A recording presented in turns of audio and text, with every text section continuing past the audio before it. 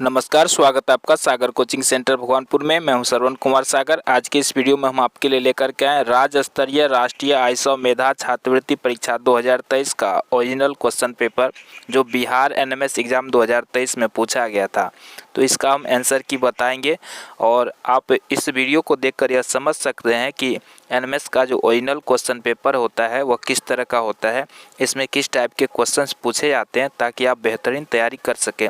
काफ़ी सारे स्टूडेंट का रिक्वेस्ट था कि sir previous year question paper करवा दीजिए। तो चलिए आज हम लोग देखेंगे एनएमएस 2023 का क्वेश्चन पेपर। तो यहाँ पे देखिए ये बिहार के लिए है और यहाँ पर इस तरह से आपको क्वेश्चन पेपर में शुरू में इस तरह से निर्देश दिए रहते हैं जिसको आप पढ़ सकते हैं। और यहाँ पर देखिए जो रोल नंबर होता है आपको बिहार में इस तरह का होता है। तो सबसे पहले scheme code, state code, year, district code, centre code और रोल नंबर। तो ये 12 अंकों का होता है, ठीक है। तो ये आपको एडमिट कार्ड पे आपके लिखा रहेगा। तो जो भी लिखा रहेगा आपको उसी तरह से इसमें बॉक्स में फिल करना होता है मार्कशीट में। और यहाँ पर देखिए जैसे इसमें 3 आप लिखते हैं तो यहाँ 3 को गोला भी करना होता है, ठीक है। तो इस तरह से आपको जो भी आपका रोल नंबर रहेगा एडमिट कार्ड में आपको इसी तरह से लिखा रहेगा, तो उसको इस तरह से मार्कशीट में रखना होता है। ऐसा निर्देश आपको क्वेश्चन पेपर पर भी दिया रहता है। फिर आगे इस तरह से निर्देश दिया रहता है, ठीक है। और इसमें 90 प्रश्न होते हैं। तो आपको पता है कि 2 पेपर होगा, सेट में 90 प्रश्न होंगे, ठीक है, और मैट में भी 90 प्रश्न होते हैं। तो आज की वीडियो में हम सेट पेपर के 90 प्रश्न का आंसर की बताएंगे कि सेट पेपर में कैसा प्रश्न पूछा जाता है। रफ के लिए जो आपको क्वेश्चन पेपर पे ही जगह दिया रहता है, ठीक है, तो वहीं पर आप रफ कर सकते हैं, ठीक है। प्रत्येक क्वेश्चन के लिए 1 अंक निर्धारित रहता है। और दूसरी बात यह है कि इसमें जो है कोई भी नेगेटिव मार्किंग नहीं होता है, यानी कि किसी प्रश्न का उत्तर अगर आप गलत दे देते हैं तो उसमें नंबर नहीं कटता है, ठीक है। तो यहाँ पर देखिए अब यहाँ से देखिए क्वेश्चन शुरू होता है। तो यहाँ पर देखिए यहाँ पे कौन कौन विषय से आपको कितने प्रश्न पूछे जाएंगे इसको समझ लीजिए। तो विज्ञान से आपको, जिसमें भौतिकी होगा, रसायन एवं जीव विज्ञान होगा, तो इससे टोटल 35 प्रश्न पूछे जाएंगे। पूर्णांक 35 का होगा, एक प्रश्न में 1 अंक मिलेगा, ठीक है। इसी तरह से सामाजिक अध्ययन से यानी इतिहास, भूगोल, नागरिक शास्त्र से 35 प्रश्न आपको पूछे जाएंगे, सभी में 1-1 अंक मिलेंगे। गणित से आपको 20 प्रश्न पूछा जाएगा। तो इस तरह का पैटर्न होता है सेट पेपर का। तो यहाँ पर देखिए यहाँ से क्वेश्चन शुरू होता है, उसी चीज़ को यहाँ पे अंग्रेजी में दिया हुआ है। तो क्वेश्चन पेपर में आपको हिंदी और अंग्रेजी दोनों दिया रहता है। तो जैसा कि आप देख पा रहे हैं, एक साइड अंग्रेजी एक साइड हिंदी इस तरह से दिया रहेगा। तो आपको जो भी लैंग्वेज अच्छा समझ में आता है तो उसमें क्वेश्चन को पढ़ सकते हैं और बना सकते हैं। क्वेश्चन दोनों लैंग्वेज में सेम ही रहता है। तो यहाँ पर देखिए जैसे यहाँ साइंस से शुरू होता है, भौतिकी से। तो यहाँ पर पहला प्रश्न है, क्षुद्र ग्रह डैश की कक्षाओं के बीच पाए जाते हैं। तो ढेर सारा ऑप्शन दिया गया है, 4 ऑप्शन है, बुध और शुक्र, शुक्र और पृथ्वी, पृथ्वी और मंगल, मंगल और बृहस्पति। अगर आप इसका उत्तर जानते हैं तो कमेंट करके भी बता सकते हैं। तो यहाँ पर देखिए इसका सही उत्तर क्या हो जाएगा, ऑप्शन 4 मंगल और बृहस्पति। तो इसी तरह से क्वेश्चंस रहने वाले हैं। यहाँ पर देखिए जब कांच की छड़ को रेशमी कपड़े के टुकड़े से रगड़ा जाता है तो क्या होता है, ठीक है। तो यहाँ पर देखिए कई सारे ऑप्शंस हैं। तो इसमें सही आंसर क्या हो जाएगा, कांच की छड़ धनावेशित हो जाएगा और रेशमी कपड़ा ऋण आवेशित हो जाएगा, ठीक है। तो ऑप्शन 2 इसका सही आंसर है। तो यहाँ पर देखिए तीसरा प्रश्न पूछा गया था, तरलों द्वारा होने वाले घर्षण को क्या कहते हैं। तो तरल द्वारा जो घर्षण होता है इसको हम लोग क्या बोलते हैं, कर्षण बोलते हैं, ठीक है। तरल क्या होता है, जो भी जैसे द्रव है, ठीक है, द्रव और गैस जो होता है, पदार्थ की जो तीनों अवस्थाएं होती है, ठोस, द्रव और गैस, तो उसमें से द्रव और गैस को तरल बोला जाता है, ठीक है, क्योंकि इन दोनों में बहने की प्रवृत्ति होती है। इस कारण से इसको दोनों को एक नाम दिया गया है, घर्षण, इसको क्या बोलते हैं, कर्षण बोला गया। तो तरल पदार्थ इसका नाम दिया गया, तरल द्वारा जो घर्षण होता है तो इसको बोलते हैं कर्षण। तो इस तरह से प्रश्न पूछा गया। चौथा प्रश्न है, एक लोलक 10 सेकेंड में 40 बार दोलन करता है तो इसकी आवर्तकाल होगी, ठीक है। तो यहाँ पर कितना हो जाएगा इसका आवर्तकाल, ठीक है। यहाँ पे 10 बट्टा क्या हो जाएगा 40। तो यहाँ से भाग दे दीजिए 4 से 1 में, ठीक है। तो जो निकलेगा इसका आंसर होगा। तो यहाँ पर जो आपका आंसर निकलेगा ऑप्शन 3 0.25 सेकेंड। चलिए अगला प्रश्न है, एक कमानीदार तुला मापता है तो कमानीदार तुला जो होता है वो क्या मापता है, भार मापता है। तो ऑप्शन 2 इसका सही आंसर हो जाएगा। आगे है प्रतिकारक बल हो सकते हैं, क्या होता है, या तो इलेक्ट्रोस्टैटिक या चुंबकीय हो सकते हैं। 7वां प्रश्न है दबाव और बल किसके द्वारा संबंधित है। तो सही आंसर क्या है, बल बराबर क्या होता है, दबाव गुना क्षेत्र। तो ऑप्शन ए सही है। अगला प्रश्न है एक छवि का प्रभाव रेटिना पर बना रहता है 1/16वां भाग। तो ऑप्शन 1 सही है। अगला प्रश्न है प्रकाश की किरण दर्पण के समतल से 20 डिग्री का कोण बनाते हुए दर्पण पर आपतित होती है। आपतित और परावर्तित किरण के बीच का कोण होगा, कितना डिग्री हो जाएगा इसका सही आंसर, 140 डिग्री। तो इस तरह से आपको साइंस में थोड़ा हार्ड लेवल का क्वेश्चन पूछता है, जो आप 8 क्लास में नहीं पढ़े होंगे। 9th और 10th के लेवल का थोड़ा आगे का पूछता है, तो आपको उस तरह से तैयारी करनी होगी। कॉपर सल्फेट के विलयन में धारा प्रभावित करने पर प्रभाव होता है। तो ये होता है ऋण टर्मिनल से जुड़ी प्लेट पर तांबे का जमाव। अगला प्रश्न देखिए ध्वनि तरंग की तारत्व किस पर निर्भर करती है। तो ये जो होता है हमेशा तरंग की आवृत्ति पर निर्भर करता है। चलिए देखिए यहाँ पे रफ के लिए आपको बताया क्वेश्चन पेपर में ही जगह दिया रहता है। अब चलिए देखिए यहाँ से 11 प्रश्न आपको कहाँ से पूछे गए, फिजिक्स से पूछे गए। ठीक है, फिजिक्स से कितने प्रश्न पूछे गए थे, 11। अब यहाँ पे देखिए यहाँ से केमिस्ट्री का प्रश्न शुरू होता है। तो क्वेश्चन नंबर 12 है इनमें से क्या थर्मोप्लास्टिक के उदाहरण है। थर्मोप्लास्टिक का उदाहरण क्या हो जाएगा, पॉलीथीन भी है और पीवीसी भी है, हो जाएगा 1 और 2 दोनों। क्वेश्चन नंबर 13 इनमें से किसके परत को भोजन पकाने के पात्र पर लगाने से उस पर तेल और पानी चिपकता नहीं है। तो ये हो जाएगा टेफ्लॉन। अगला प्रश्न है इनमें से कौन सा अधिक अभिक्रियाशील से कम अभिक्रियाशील धातु का सही क्रम है। जिंक, लोहा, तांबा, चांदी। ऑप्शन 1 सही है इसका। अगला प्रश्न है निम्नलिखित अभिक्रिया में ए और बी है।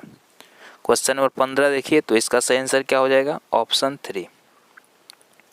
क्वेश्चन नंबर 16 में है इनमें से किस जगह पर पहली बार सड़कों पर रोशनी के लिए कोयला गैस का उपयोग किया गया था। तो यह कहाँ किया गया था, लंदन में। अगला है बहुत अधिक व्यावसायिक महत्व के कारण पेट्रोलियम को डैश भी कहा जाता है, क्या बोलते हैं इसको, काला सोना कहा जाता है। क्वेश्चन नंबर 18 है इनमें से कौन सा विद्युत उपकरण और पेट्रोल जैसे ज्वलनशील पदार्थों में लगी आग के लिए सबसे अच्छा अग्निशामक है। तो ये हो जाएगा कार्बन डाइऑक्साइड, जिसको CO2 भी कहते हैं। तो ऑप्शन 3 सही है इसका। ज्वाला का कौन सा भाग सबसे गर्म होता है। तो सही आंसर क्या है इसका, नीला भाग क्या होता है, सबसे अधिक गर्म होता है।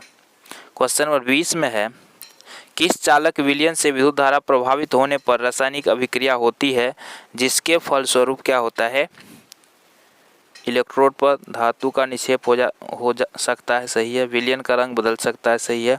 इलेक्ट्रोड पर गैस के बुलबुले बन सकते हैं, यानी सभी ऑप्शन इसमें सही है। तो इसका ऑप्शन डी हो जाएगा, यानी ऑप्शन 4। गैल्वीकरण या यशत लेपन एक प्रकार का विद्युत लेपन है। इसमें किस धातु का परत लोहे पर चढ़ाई जाती है ताकि उसका संक्षारण और जंग लगना रुक सके। तो ये प्रश्न बार बार रिपीट होता है, इसका आंसर होगा जिंक यानी Zn। इनमें से कौन सा ग्रीन हाउस गैस है। तो इनमें से जो ग्रीन हाउस गैस है ये सभी है, तो ये हो जाएगा उपरोक्त सभी। चलिए देखिए यहाँ पे, अब यहाँ से आपने देखा 11 क्वेश्चन फिर से केमिस्ट्री का था। अब यहाँ से जीव विज्ञान का प्रश्न शुरू होता है। तो यहाँ प्रश्न है गोबर बेकार साग सब्जियों, पौधों, पत्तियों तथा अन्य जैव अवशेष से बने सामग्री को कहते हैं। तो इसको हम लोग क्या बोलते हैं, ये होता है खाद। चलिए रेयान रेशा का निर्माण किया जाता है, किससे करते हैं, लकड़ी और बांस से। तो ऑप्शन 1 सही है। हेपेटाइटिस ए के रोग कारक हैं, क्या हो जाएगा, विषाणु। अगला है किसी फसल की खेती करने का सही क्रम है, जुताई, बुआई, सिंचाई, कटाई। पहला ही ऑप्शन सही है। अगला रेड डाटा बुक एक स्रोत है जिसमें क्या होता है, जिसमें सभी संकटात्मक प्रजातियों का रिकॉर्ड रखा जाता है। चलिए अगला प्रश्न देखते हैं। क्वेश्चन नंबर 28 में निम्नलिखित में से कौन बहुकोशिकीय जीव है? तो यहाँ पर बहुकोशिकीय जीव इसमें से कौन सा हो जाएगा? हाइड्रा। मनुष्य की एक कोशिका में गुणसूत्र की संख्या कितनी होती है? 46 गुणसूत्र होते हैं। कान्हा राष्ट्रीय उद्यान किस पशु के लिए प्रसिद्ध है? तो बाघ के लिए। किशोरावस्था की अवधि होती है 11 से 19 वर्ष। तो इस तरह से विज्ञान से आपको प्रश्न पूछे जाते हैं। खसरा, चिकनपॉक्स और पोलियो के रोग कारक है, क्या हो जाएगा? विषाणु। नवजात शिशु के बनने का सही क्रम क्या होता है? ठीक है, ये होता है युग्मक, निषेचन, युग्मनज और तब जाके भ्रूण बनता है। चलिए अगला प्रश्न देखते हैं। महिला में किस उम्र से रजोनिवृत्ति प्रारंभ होती है? तो ये जो होता है 45 से 50 वर्ष की उम्र में ये रजोनिवृत्ति प्रारंभ होती है। अगला है खैनी, गुटखा और पान मसाला खाने से मुंह में कैंसर होने का लक्षण है। ठीक है, तो इसका सही आंसर हो जाएगा उपर्युक्त सभी। चलिए अब यहाँ से रफ के लिए जगह दिया गया।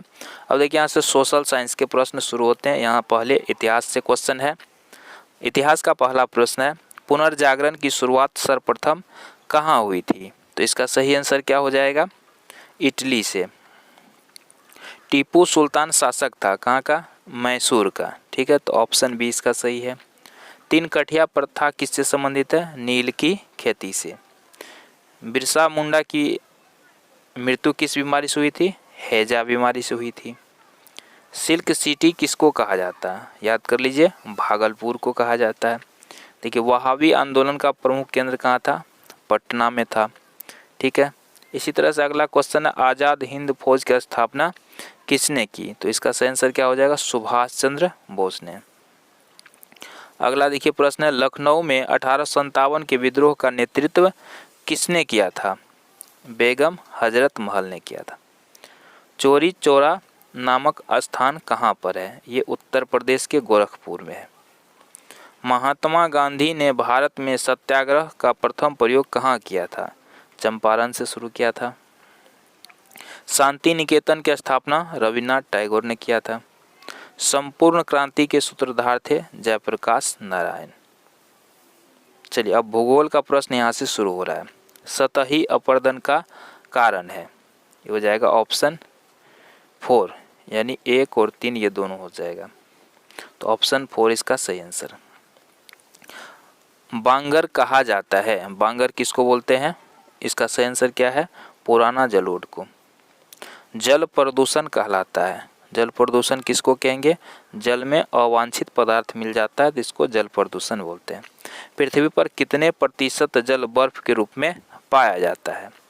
2%। थोरियम किस प्रकार का संसाधन है? ये संभाव्य संसाधन है। पृथ्वी के विषुवतीय प्रदेशों में पाए जाने वाले वन घने वनों को कहा जाता है, इसको हम लोग क्या बोलते हैं? पृथ्वी का फेफड़ा बोलते हैं। अभ्रक किस प्रकार का खनिज है? ये हो जाएगा अकार्बनिक खनिज। हीराकुंड परियोजना किस नदी पर है? तो यहाँ पे सही आंसर क्या हो जाएगा इसका? हीराकुंड जो है ये महानदी पर है। खरीफ फसल कब बोया जाता है ना? तो ये जून जुलाई में बोया जाता है। ताइवान एक क्या है? ताइवान एक द्वीप है।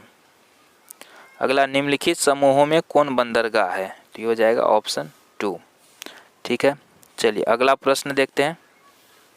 अगला है, देखिए अब यहाँ से नागरिक शास्त्र के प्रश्न शुरू हो रहे हैं। तो नागरिक शास्त्र का पहला प्रश्न है, भारतीय राष्ट्रपति का कार्यकाल कितने वर्षों का होता है? ठीक है, तो इसका सही आंसर क्या हो जाएगा? 5 वर्ष का। लोकसभा के सदस्य बनने के लिए न्यूनतम उम्र कितना है? 25 वर्ष। ठीक है, अगला प्रश्न देखिए, कानून कहाँ बनते हैं? तो कानून संसद में बनता है। पंचायती राज अधिनियम के अंतर्गत ग्राम कचहरी कहाँ स्थापित है? तो इसका सही आंसर क्या हो जाएगा? ग्राम पंचायत स्तर पर। देश का सबसे अंतिम अपीलीय न्यायालय कौन सा है? सर्वोच्च न्यायालय। FIR कहाँ दर्ज होता है? थाना में। ये काफ़ी इजी प्रश्न पूछे गए थे। मध्याह्न भोजन योजना कब लागू हुआ था? ठीक है, इसका सही आंसर क्या हो जाएगा? 15 अगस्त 1995 को। साधारण बोलचाल की भाषा में सार्वजनिक वितरण प्रणाली को किस नाम से जाना जाता है? राशन की दुकान। पैक्स अध्यक्ष का चुनाव किसके द्वारा होता है? पैक्स सदस्यों द्वारा होता है। कानून का शासन का अर्थ है, ठीक है, तो यहाँ पे क्या हो जाएगा? कानून सर्वोच्च है, ठीक है, क्या हो जाएगा इसका आंसर? कानून सर्वोच्च है। अविश्वास प्रस्ताव कहाँ पारित होता है ना, कहाँ पेश होता है ना? लोकसभा में पेश होता है। निम्नलिखित में से कौन संविधान सभा के सदस्य थे? बलदेव सिंह। ठीक है, अब यहाँ से गणित का प्रश्न शुरू होता है, तो यहाँ पे हम सॉल्व नहीं करने वाले हैं, नेक्स्ट वीडियो में आपको सॉल्व करेंगे। तो यहाँ पर हम आपको सिर्फ आंसर की बताने जा रहे हैं, तो आप समझ सकते हैं वीडियो को देख करके किस टाइप के प्रश्न गणित में आपको आने वाले हैं। तो यहाँ पे देखिए 71 नंबर क्वेश्चन का सही आंसर है ऑप्शन 2। क्वेश्चन नंबर 72 का देखिए 72 का हो जाएगा ऑप्शन 3। क्वेश्चन नंबर 73 पे चलते हैं, 73 का हो जाएगा ऑप्शन 3। तो आप इसको सॉल्व कर सकते हैं, जो भी नहीं आए तो आप कमेंट करके बता सकते हैं कि इस नंबर का सॉल्व कर दीजिए। ये हो जाएगा 74 का ऑप्शन 2। 75 का हो जाएगा ऑप्शन 3। क्वेश्चन नंबर 76 का देखिए ऑप्शन 3 इसका आंसर हो जाएगा। चलिए 77 नंबर में देखते हैं क्या होगा। 77 का सही आंसर हो जाएगा ऑप्शन 3। क्वेश्चन नंबर 78 में देखिए 78 का सही आंसर ऑप्शन 1। क्वेश्चन नंबर 79 में क्या हो जाएगा? ऑप्शन 1। क्वेश्चन नंबर 80 का सही आंसर हो जाएगा ऑप्शन 2। 81 का सही आंसर हो जाएगा ऑप्शन 1। क्वेश्चन नंबर 82 का सही आंसर हो जाएगा ऑप्शन 2। ठीक है, इसी तरह से क्वेश्चन नंबर 83 का हो जाएगा ऑप्शन 1। क्वेश्चन नंबर 84 का सही आंसर है ऑप्शन 3। क्वेश्चन नंबर 85 का सही आंसर हो जाएगा ऑप्शन, चलिए यहाँ पे हो जाएगा ऑप्शन 4। ठीक है, यहाँ पे देखिए क्वेश्चन नंबर 86 में क्या है? 86 का हो जाएगा आपको ऑप्शन 1। 87 का हो जाएगा आपको ऑप्शन 2।